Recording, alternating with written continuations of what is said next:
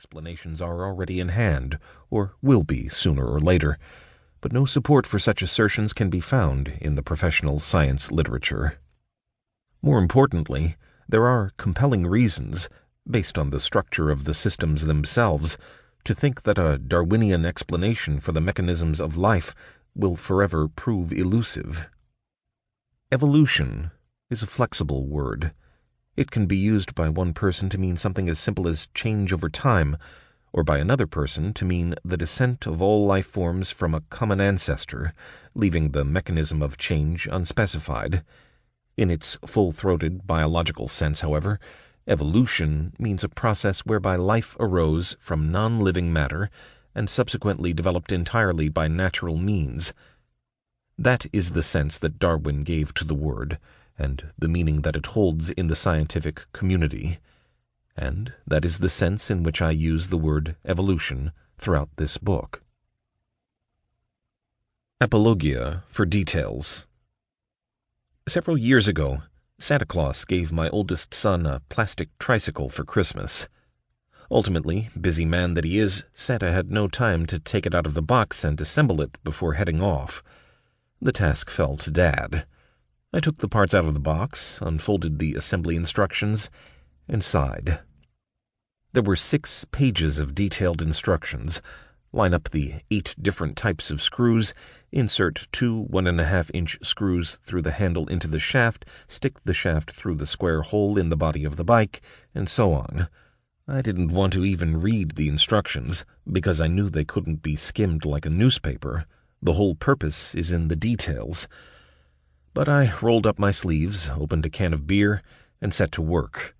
After several hours, the tricycle was assembled.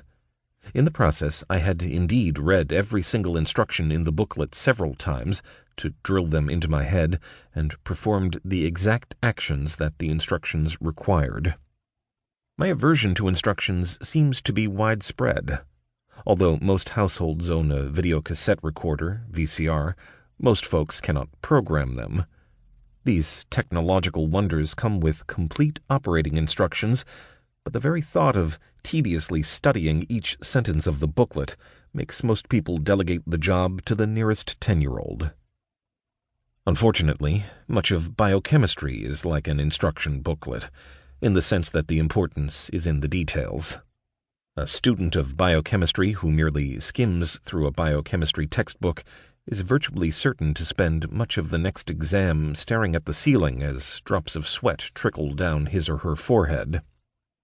Skimming the textbook does not prepare a student for questions such as outline in detail the mechanism for hydrolysis of a peptide bond by trypsin, paying special attention to the role of transition state binding energy. Although there are broad principles of biochemistry that help a mortal comprehend the general picture of the chemistry of life, broad principles only take you so far. A degree in engineering does not substitute for the tricycle instruction booklet, nor does it directly help you to program your VCR. Many people, unfortunately, are all too aware of the pickiness of biochemistry.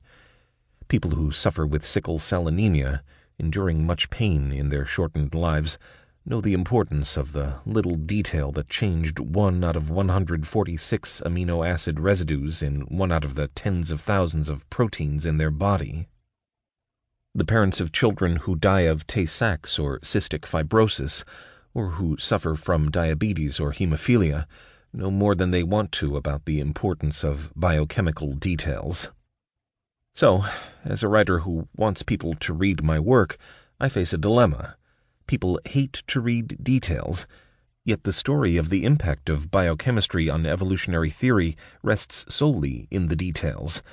Therefore, I have to write the kind of book people don't like to read in order to persuade them of the ideas that push me to write. Nonetheless, complexity must be experienced to be appreciated. So, gentle listener, I beg your patience. There are going to be a lot of details in this book. The book is divided into 3 parts. Part 1 gives some background and explains why evolution must now be argued at the molecular level, the domain of the science of biochemistry. This portion is largely free from technical details, although some do creep in during a discussion of the eye.